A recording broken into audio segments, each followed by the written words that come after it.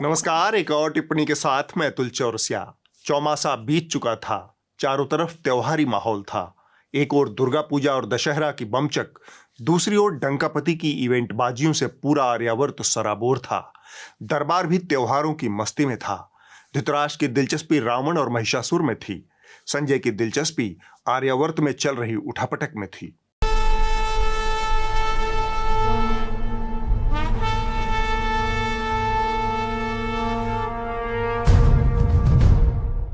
नवरात्र चल रहे थे। धृतराष्ट्र के महल में ही रामलीला का मंचन हो रहा था। हर शाम धृतराष्ट्रमय मंडली रामलीला का आनंद लेते थे। बीती शाम रामलीला में मारीच वध, सीता हरण का आयोजन हुआ था। धृतराष्ट्र दरबार में बैठे बैठे सोच रहे थे कि क्या यह संभव है कि मारीच जैसा मामा हो जो भांजे की बददिमागी के लिए अपनी जान दांव पर लगा दे। यही सवाल उन्होंने संजय से पूछ लिया। संजय ने कहा, मामाओं के मामले में दो ही उदाहरण नजर आते हैं महाराज। एक तो आपके साले शकुनी मामा हैं और दूसरा कृष्ण के कंस मामा। पर होने को तो कुछ भी हो सकता है। रावण, मारीच वैसे भी त्रेता युग की बात हैं। तब तक मामाओं का इतना पतन नहीं हुआ था। यह तो कलयुग के मामा हैं जिन्होंने गंध फैला रखी है। अपने साले की दुर्गति होता देख धृतराष्ट्र ने बात को डंकापति की ओर मोड़ा और पूछा, डंकापति क्या कर रहे हैं इन दिनों? संजय ने कहा, डंकापति इन दिनों गुजरात में व्यस्त हैं। सबसे पहले उन्होंने अहमदाबाद की मेट्रो रेल का उद्घाटन किया। परिवहन के जो विकल्प हैं उनको खोजते हैं, तो उस लिहाज से अहमदाबाद मेट्रो रेल जो है वो बेहद अहम। संजय जारी थे। इस उद्घाटन के बाद अहमदाबाद की मेट्रो रेल ने दिल पर पत्थर रखकर कहा, एक ही तो मेट्रो है, कितनी बार उद्घाटन करोगे? लोगों को मिर्जापुर वाले मुन्ना भैया की याद आ गई। एक ही तो दिल है, कितनी बार जीतोगे? धृतराष्ट्र संजय की घुमावदार बातों में उलझकर बोले, साफ साफ बताओ। तब संजय ने दो तस्वीरें सामने रख दी।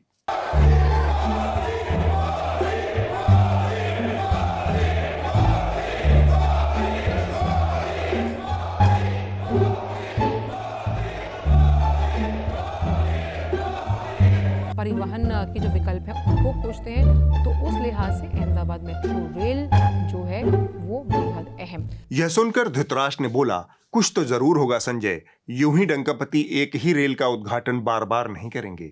संजय ने कहा, दरअसल महाराज, गुजरात डंकापति का गृह राज्य है। अहमदाबाद उनकी कर्मस्थली रही है। इसलिए उन्होंने तय किया है कि अहमदाबाद की मेट्रो रेल की एक एक चीज का उद्घाटन वही करेंगे। अगले कुछ दिनों में वहां टिकट खिड़की का उद्घाटन, शौचालय का उद्घाटन और फिर स्टेशन पर लगने वाले पानी के प्याऊ का फीता भी डंकापति ही काटेंगे। इस मौके पर धृतराष्ट्र ने संजय की जुबान पकड़ ली। उन्होंने कहा, संजय, तुम भूल रहे हो, मेट्रो में पानी का प्याऊ नहीं होता। संजय को अपनी गलती का एहसास हुआ, सो उन्होंने बातचीत का सिरा फिर से घुमाते हुए कहा, डंकापति ने खेलों से परिवारवाद को खत्म कर दिया है महाराज। लेकिन खेलों में जो प्रोफेशनलिज्म होना चाहिए था, उसकी जगह परिवारवाद और भ्रष्टाचार ने ले रखी थी। हमने सिस्टम की सफाई भी की और युवाओं में उनके सपनों के लिए भरोसा भी जगाया। धृतराष्ट्र को आर्यावर्त के हालात का कुछ कुछ अंदाजा था, सो संजय की बात से उनके चेहरे पर अविश्वास की रेखाएं उभर आई। यह बात संजय ताड़ गए। उन्होंने बात को बनाते हुए कहा, आप सही सोच रहे हैं महाराज। खेलों से डंकापति ने परिवारवाद को उसी तरह से खत्म किया है जैसे देश में भ्रष्टाचार, गरीबी, अपराध खत्म हो गए हैं। यह कहने के साथ ही उन्होंने भारतीय खेलों में खत्म हो चुके परिवारवाद पर एक वृत्तचित्र चला दिया।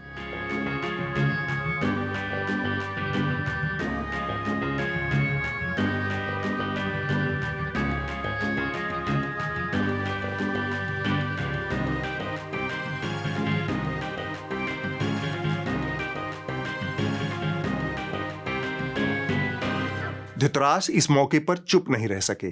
उन्होंने संजय से मुखातिब होकर कहा, मानो या न मानो संजय, लेकिन जिस धड़ल्ले से डंकापति सच को झूठ और झूठ को सच में मिलाकर एकदम अलहदा तथ्यों का अन्वेषण करते हैं, वह तुम सबको भी सीखना चाहिए। संजय ने बस सम्मान में सिर झुकाते हुए खेलों से जुड़ी एक और कहानी सुनाने की इजाजत मांगी। धृतराष्ट्र ने हवा में हाथ उठाकर आगे बढ़ने का इशारा किया। संजय ने कथा बांचनी शुरू की। डंकापति ने बीते हफ्ते राष्ट्रीय खेलों का उद्घाटन भी किया। धृतराष्ट्र की दिलचस्पी जाग उठी। उन्होंने पूछा, वहां कौन सा खेल दिखाया डंकापति ने? संजय ने कहा, दरअसल डंकापति राष्ट्रीय खेल में शामिल खेलों से बहुत नाराज बताए जा रहे हैं। आयोजकों के मुताबिक डंकापति इस बात से नाराज थे कि राष्ट्रीय खेलों में ऐसा कोई खेल शामिल नहीं जिसमें वो स्वयं कोई पदक जीत सकें।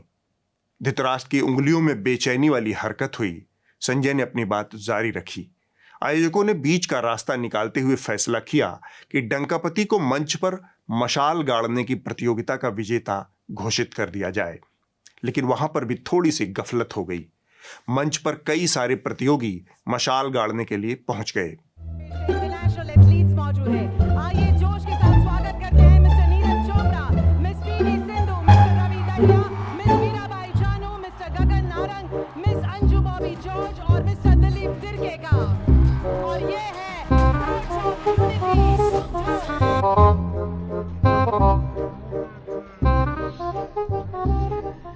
संजय ने बात को आगे बढ़ाया।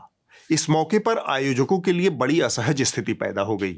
जैसे तैसे आयोजकों ने मशाल गाड़ने की मंशा से मंच पर पहुंचे तमाम दूसरे प्रतियोगियों को नीचे उतारा। इसके बाद डंकापति ने अकेले ही मंच पर मशाल गाड़कर प्रतियोगिता का स्वर्ण, रजत और कांस्य पदक तीनों अपने नाम किया। लगे हाथ डंकापति ने अगली बार से मशाल गाड़ने की प्रतियोगिता को आधिकारिक खेलों का दर्जा देने और इसके इकलौते भागीदार स्वयं के होने का निर्देश दिया। आर्यावर्त का खेल मंत्रालय जल्द ही इस बाबत एक राजाज्ञा जारी करेगा। धृतराष्ट्र यह खबर सुनकर दुविधा में फंस गए। उन्होंने बस इतना ही कहा, कुछ और सुनाओ। तब संजय ने डंकापति की एक और कहानी सामने रख दी। गुजरात के पास देश की सबसे लंबी कोस्ट लाइन है, लेकिन आजादी के बाद कई दशकों में तटीय विकास पर उतना ध्यान नहीं दिए जाने की वजह से ये विशाल कोस्ट लाइन एक तरह से लोगों के लिए बड़ी चुनौती बन गई। धृतराष्ट्र ने पूछा, 70 साल से विकास क्यों नहीं हुआ? तब संजय ने फिर से एक कहानी पेश कर दी। कैसे अर्बन नक्सलों ने, विकास विरोधियों ने इस इतने बड़े प्रकल्प को, सरदार सरोवर डैम को रोक के रखा था। यह सुनकर धृतराष्ट्र के मन में शंका पैदा हो गई। उन्होंने पूछा, संजय 70 साल से गुजरात में विकास नहीं हुआ, यह बात 2022 में क्यों बताई जा रही है? संजय चकरा गए। धृतराष्ट्र जारी रहे। 2014 तक तो पूरे देश को यही बताया जा रहा था कि देश की हर समस्या का समाधान गुजरात में है। एक ही राज्य था, एक ही मॉडल था जिसने भूख, गरीबी, सांप्रदायिकता, हिंसा और साथ साथ मुसलमान नाम की समस्या का समाधान कर दिया था। 2014 तक इसे ही पूरे देश को गुजरात मॉडल के नाम से बेचा जा रहा था, और अब 8 साल बाद ये गुजरात के फेल हो चुके विकास का शगुफा क्यों? संजय मानो इसी मौके की तलाश में थे। उन्होंने कहा, महाराज, एक तरफ शगुफा है तो दूसरी तरफ बगावत है, ड्रामा है, ट्रेजेडी है, इमोशन है। बात धृतराष्ट्र की पकड़ में नहीं आई। उन्होंने संजय को टोका, ये क्या अल्ल बल्ल बोल रहे हो? संजय ने कहा, अल्ल बल्ल नहीं महाराज, ग्रैंड ओल्ड पार्टी में अध्यक्ष पद का चुनाव होना है। कांग्रेस में सियासी उठापटक और वरिष्ठ कांग्रेसी नेता गुलाम नबी आजाद के इस्तीफे के बीच कांग्रेस अध्यक्ष पद के चुनाव की तारीख का ऐलान हो चुका है। ये चुनाव 17 अक्टूबर को होगा, जबकि 19 अक्टूबर को इसकी मतगणना की जाएगी। धृतराष्ट्र ने कहा, यह तो बड़ी लोकतांत्रिक बात हुई। संजय ने कहा, बात तो लोकतांत्रिक है, लेकिन लोकतंत्र का ओवरडोज कर दिया है ग्रैंड ओल्ड पार्टी ने महाराज। आज गहलोत अध्यक्ष, कल राजस्थान के मुख्यमंत्री, परसों विधायकों की बगावत, तरसों दिग्विजय सिंह अध्यक्ष, उसके अगले रोज खड़गे। शशि थरूर का कोई लोड ही नहीं ले रहा। एक अध्यक्ष का चुनाव और 14 ओर से कांव कांव मची है। राजस्थान के मुख्यमंत्री अशोक गहलोत का चुनाव लड़ना तय है, और संकेत ये भी है कि गहलोत का अध्यक्ष चुना जाना भी लगभग तय है। गांधी परिवार के वफादार कहे जाने वाले अशोक गहलोत के समर्थकों ने खुलेआम बगावत करके बता दिया कि गहलोत की मर्जी के बिना राज चलाना आसान नहीं है। कि राजस्थान के मुख्यमंत्री अशोक गहलोत दिल्ली पहुंच रहे हैं। दूसरी तरफ दिग्विजय सिंह भी दिल्ली पहुंचने वाले हैं। माना जा रहा है दोनों कांग्रेस के अध्यक्ष पद का चुनाव लड़ेंगे। राजस्थान के मुख्यमंत्री अशोक गहलोत बाहर हो गए हैं। गहलोत अध्यक्ष का चुनाव नहीं लड़ेंगे। कांग्रेस की अंतरिम अध्यक्ष सोनिया गांधी से मुलाकात के बाद अशोक गहलोत ने बताया कि वह अध्यक्ष का चुनाव नहीं लड़ेंगे। कांग्रेस में अध्यक्ष पद के लिए चुनाव अब तय हो गया है। लंबे सियासी ड्रामे के बाद आज वरिष्ठ नेता मल्लिकार्जुन खड़गे और शशि थरूर ने अपना पर्चा भर दिया। माना जा रहा है कि खड़गे को गांधी परिवार का समर्थन हासिल है। वहीं थरूर का कहना है कि वे आंतरिक लोकतंत्र को मजबूत करने और कार्यकर्ताओं को विकल्प देने के लिए चुनाव मैदान में उतरे हैं। धृतराष्ट्र बोले, सियासत में यह सब तो लगा ही रहता है, तुमको इतनी मिर्ची क्यों लग रही है? तब संजय ने एक नया परिदृश्य पेश किया। हाल ही में डंकापति ने भी अपने दल का अध्यक्ष नियुक्त किया है महाराज।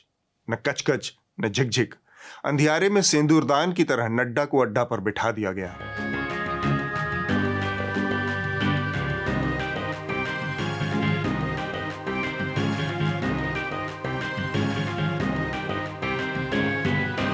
संजय की झुंझलाहट देख धृतराष्ट्र ने समझाया, जब दिन खराब चल रहे होते हैं तब ऊंट पर बैठे आदमी को भी कुत्ता काट लेता है। ग्रैंड ओल्ड पार्टी फिलहाल उसी दौर से गुजर रही है। ग्रैंड ओल्ड पार्टी में समुद्र मंथन चल रहा है। इसमें विष भी निकलेगा, अमृत भी निकलेगा। उम्मीद रखो कि इस अध्यक्षीय समुद्र मंथन से एक स्वस्थ परंपरा की शुरुआत हो। पार्टी के ऊपर से परिवार का ठप्पा हटे, सामूहिक नेतृत्व की परंपरा विकसित हो, संविधान की मूल भावना का सम्मान करने वाली विचारधारा मजबूत हो। धृतराष्ट्र के इस अभिभावकीय वक्तव्य के बाद संजय समेत तमाम दरबारी सम्मान की मुद्रा में नतमस्तक हो गए। धृतराष्ट्र प्रसन्न मुख से उठे और अंतःपुर को लौट गए। धृतराष्ट्र संजय संवाद में इस हफ्ते बस इतना ही। देश इस समय एक जबरदस्त किस्म की लफ्फाजी से दरपेश है। संयोग कहें या दुर्योग, जब इस टिप्पणी की स्क्रिप्ट लिखी जा रही थी वह 2 अक्टूबर का दिन था, देश के पुराने वाले राष्ट्रपिता की जन्म जयंती। लेकिन उसी 2 अक्टूबर को भयानक हर्ष और प्रचंड उत्साह के साथ मुझे इस टिप्पणी में लिखना पड़ा कि देश को नया राष्ट्रपिता मिल चुका है। भारत ने अपना नया बाप चुन लिया है। Like a father would bring it together, and maybe he's the father of India. Father of India. We'll call him the father of India. I think that's not so bad. आपके अखिलेश भैया ने कहा था साइकिल पे बैठ के। हमारे अखिलेश भैया हैं तो मोदी जी आपके चचा हैं क्या? मेरे चाचा नहीं। तो कौन है? इस देश के बाप हैं। कौन है? प्राइम मिनिस्टर है। आपके बाप होंगे, इस देश के बाप नहीं है। आपके बाप होंगे, हमारे बाप नहीं है। ये वाला नहीं, ये वाला। कि आदरणीय मोहन भागवत जी जो कि हमारे देश के राष्ट्रपिता हैं, आज हमारे राष्ट्रपिता आदरणीय मोहन भागवत जी, हमारे राष्ट्रपिता आदरणीय मोहन भागवत जी हमारे मदरसे आए, हमारी मस्जिद आए। बहुत कंफ्यूजन है, एक राष्ट्र और इतने राष्ट्रपिता। खैर, यह बात सिद्ध हुई कि पुराने वाले राष्ट्रपिता की जगह नए वाले राष्ट्रपिता ने ले ली है। हालांकि सरकार ने अभी यह तय नहीं किया है कि नए वाले राष्ट्रपिता की जन्म जयंती कब मनाई जाएगी। इसी गफलत में 2 अक्टूबर की सार्वजनिक छुट्टी इस साल भी कायम रही। सरकार के कुछ करीबी सलाहकारों ने सुझाव दिया है कि 6 दिसंबर नए राष्ट्रपिता की जन्म जयंती के लिए बहुत शुभ रहेगा। साथ ही सलाहकारों ने राष्ट्र चचा, राष्ट्र फूफा और राष्ट्र मौसा जैसे नए पद सृजित करने के लिए कुछ नए उम्मीदवारों के नाम भी सुझाए हैं। सूत्रों के हवाले से ये सारे नाम हमारे पास आ चुके हैं। इनका खुलासा हम टिप्पणी में जल्द ही करेंगे। गांधी जयंती से याद आया, हर वर्ष की भांति इस वर्ष भी गोडसे की मानस संतानों ने ट्विटर पर जमकर उत्पात किया, गांधी को गरियाया, गोडसे जिंदाबाद, गांधी मुर्दाबाद जैसे हैशटैग चलाए। गांधी को मारने का संगठित उपक्रम पूर्व के वर्षों की भांति ही निर्बाध चला। पश्चिम बंगाल के कोलकाता का एक दुर्गा पूजा पंडाल उस वक्त विवादों में घिर गया जब पंडाल में महिषासुर के चेहरे की जगह महात्मा गांधी जैसा दिखने वाला चेहरा लगा दिया गया। गांधी के बारंबार अपमान से आजिज आकर कुछ सिरफिरे गांधीवादियों ने तलवार प्रेमी सत्ता के सामने अहिंसा की एक अपील change.org नामक एक ऑनलाइन पिटीशन माध्यम पर जारी किया है। यह एक जरूरी अपील है, बशर्ते देश का नागरिक समाज, गांधी हितैषी और तमाम राजनीतिक दल मिलकर इसे अपना लक्ष्य बना लें। गांधी का अपमान उसी तरह से दंडनीय होना चाहिए जैसे देश के अन्य राष्ट्रीय प्रतीकों का अपमान अपराध की श्रेणी में आता है। यहां से आगे बढ़ने से पहले 2 जरूरी सूचनाएं। न्यूज लॉन्ड्री का सालाना media event the media rumble 14 और 15 अक्टूबर को होने जा रहा है। हमारे सब्सक्राइबर्स के लिए यह इवेंट पूरी तरह से फ्री है। देश और विदेश के तमाम मीडिया विशेषज्ञ, पॉलिसी मेकर्स, वरिष्ठ पत्रकार इस इवेंट में शिरकत करेंगे। आपके पास इनसे मिलने का, इनसे बातचीत करने का मौका है। इस कार्यक्रम में हिस्सा लेने के लिए आप रजिस्ट्रेशन इस पते पर कर सकते हैं। देश का मीडिया परिदृश्य बदल चुका है। सरकारों का मीडिया पर नियंत्रण आज से पहले कभी भी इतना व्यापक और कठोर नहीं रहा। सरकारों के लिए यह नियंत्रण आज बहुत आसान हो चुका है, क्योंकि मीडिया संस्थान पूरी तरह से अपने राजस्व के लिए सरकारी विज्ञापनों के मोहताज हैं। न्यूज लॉन्ड्री विज्ञापन से मुक्त एक मीडिया प्लेटफॉर्म है। यह प्रयास है पत्रकारिता को सरकार और कॉरपोरेशन के चंगुल से मुक्त रखने का। आपका एक एक सब्सक्रिप्शन मीडिया को आजाद और पत्रकारिता को जनहित का बनाए रखने के काम आएगा। अब हम जिनकी बात करने जा रहे हैं उनके जीवन का फलसफा है, बदनाम हुए तो क्या नाम तो होगा, हम तालिबे शोहरत हैं, हमें नंग से क्या डर। इन्होंने कसम खा रखी है कि अपनी कुंठित, संकीर्ण, नफरती, सांप्रदायिक और जहरीली सोच को देश के नंबर 1 चैनल आज तक पर प्राइम टाइम पर आकर जाहिर करेंगे।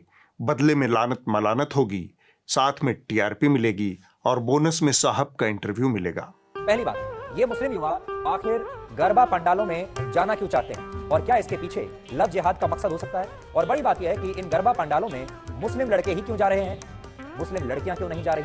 भारत माता की जय कहने में आपत्ति है और जो लोग राष्ट्रगान पर खड़े होने से इनकार करते हैं, आज वही लोग गरबा पंडालों में जाने की मांग कर रहे हैं। इस इस्लाम धर्म में नाच गाने को, संगीत को वर्जित माना गया है और मूर्ति पूजा को इस्लाम के खिलाफ बताया गया है। आखिर उस इस्लाम धर्म को मानने वाले ये लड़के इन गरबा पंडालों में क्यों जाना चाहते हैं कि सऊदी अरब के जिस मक्का में इस्लाम धर्म की उत्पत्ति हुई, जो इस्लाम धर्म का केंद्र है, आज वहां गैर मुसलमानों को प्रवेश करने की इजाजत नहीं। लेकिन यही लोग चाहते हैं कि उन्हें हिंदू धर्म से जुड़े ऐसे तमाम अनुष्ठानों में बिना किसी आपत्ति के शामिल होने दिया जाए। आप बस इस कार्यक्रम का नाम देखिए और कार्यक्रम का कंटेंट देखिए।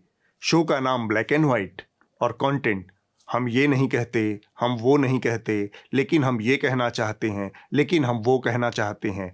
एक भी बात ब्लैक और व्हाइट में नहीं, सारी बातें जलेबी की तरह सीधी। तिहाड़ शिरोमणि का शो इकलौता नहीं रहा। बीते हफ्ते हिंदू मुसलमान फिरका परस्ती और नफरत का बायस गरबा और डांडिया रहे। चैनल दर चैनल उस अदृश्य शक्ति के इशारे पर गरबा और डांडिया खेलते रहे।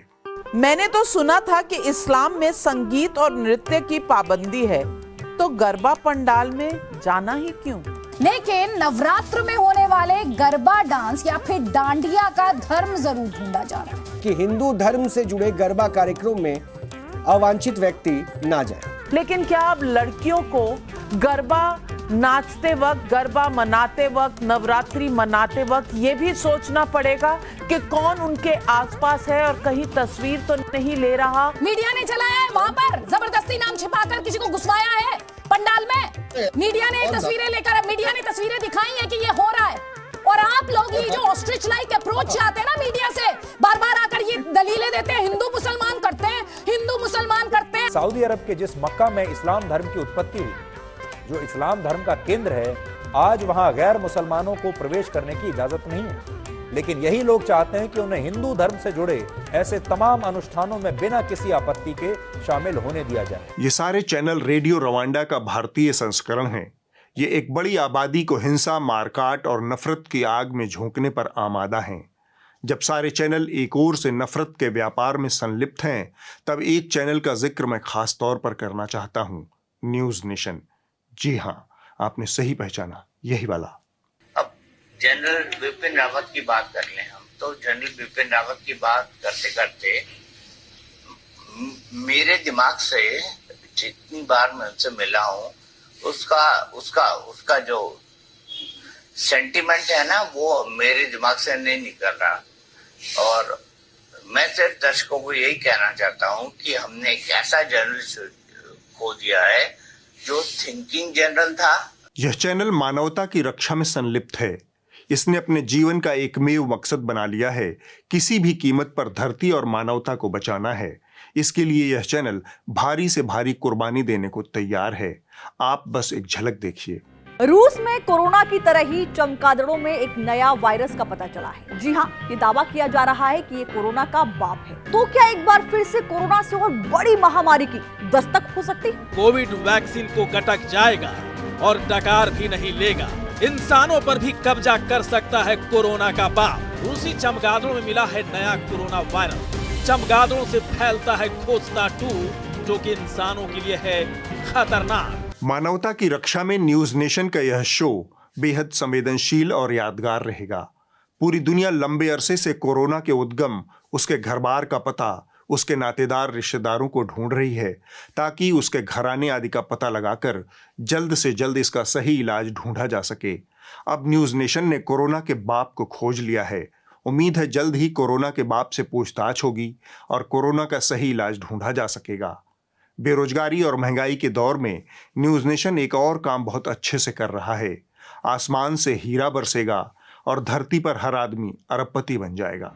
उल्का पिंड पर अगर माइनिंग हो गई और वो कामयाब हो गई तो धरती पर तो हीरे सोने की बरसात हो जाएगी और इंसान अरबपति बन जाएंगे। उल्का पिंड के डायमंड से खत्म हो जाएगी गरीबी और वैज्ञानिकों का दावा है कि धरती के नजदीक आने वाले बहुत से उल्का पिंडों में खरबों डॉलर की कीमती धातुएं और खनिज हैं। और हाल ही में वैज्ञानिकों को ऐसा हीरा मिला है जो धरती की नहीं बल्कि अंतरिक्ष की देन है। उल्का पिंड से मिला है चमचमाता हुआ डायमंड। जनहित की यह पत्रकारिता देखने के बाद अब आपको हफ्ते की रिपोर्ट भी देख लेना चाहिए। जो कही जा रही थी बातें कि अंदर में भी सोशल डिस्टेंसिंग का ख्याल रखा जाएगा। ट्रेनें तो खुल दी हैं, लेकिन कैसे स्टेशन पर thousands of the migrants workers in different groups walking। यह रिपोर्ट द वायर से है। भारत सरकार ने सितंबर के पूरे महीने को पोषण माह के रूप में मनाया।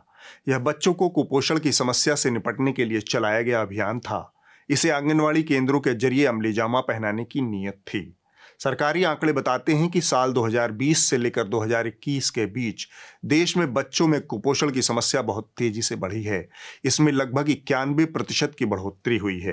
डेटा सरकार को जब जा रहा था तो हमसे मतलब एक दो प्रॉब्लम्स हमारे को फेस करने को आई थी कि जब एक होता है कि लेबल बताना पड़ता है कि कुपोषित बच्चों को अलग किया जाए और जिनको रेफरल में डाल दिया जाता है, तो उसके लिए हमें जब नहीं होते थे, ग्रीन नहीं होते थे, तो इसके लिए बोला गया कई बार कि आप ग्रीन में करो, सब लोग ग्रेड्स ऊपर करो इन लोगों। ग्रीन मतलब वो green red yellow, normal red yellow और रेड और लास्ट में बिल्कुल कुपोषित जो होता है वो रेड जोन में आ जाता है। वो हमारे कोई राइट्स नहीं है, हमारे पास कोई भी राइट नहीं है, हमारी कोई वैल्यूज नहीं है।